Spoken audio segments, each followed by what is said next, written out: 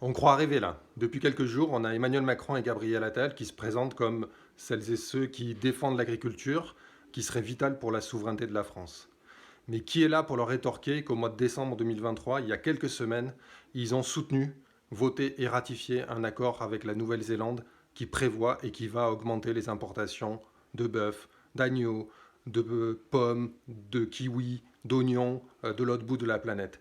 Qui pour leur rétorquer que arrive au Parlement européen ces jours-ci un accord avec le Chili, un accord avec le Kenya, qui sont soutenus par la France, qui vont être certainement votés par les députés européens Renaissance et qui vont accroître également les importations de viande, de fruits et légumes et également de fleurs de pays si lointains.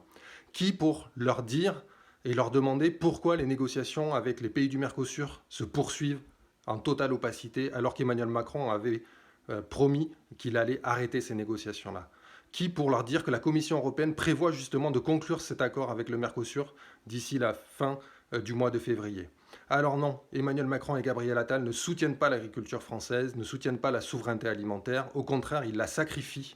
Ils sacrifient l'agriculture et la souveraineté alimentaire du pays sur l'autel du libre-échange. Et ça, ce n'est pas une fatalité. On peut les empêcher, on peut les bloquer, on peut empêcher que ces accords voient le jour. Il faut qu'on le fasse tous ensemble. C'est possible. Il y a un collectif national d'organisations qui bataille sur ces questions. Suivez-le. De nouvelles initiatives vont être organisées dans les jours à venir. Merci beaucoup.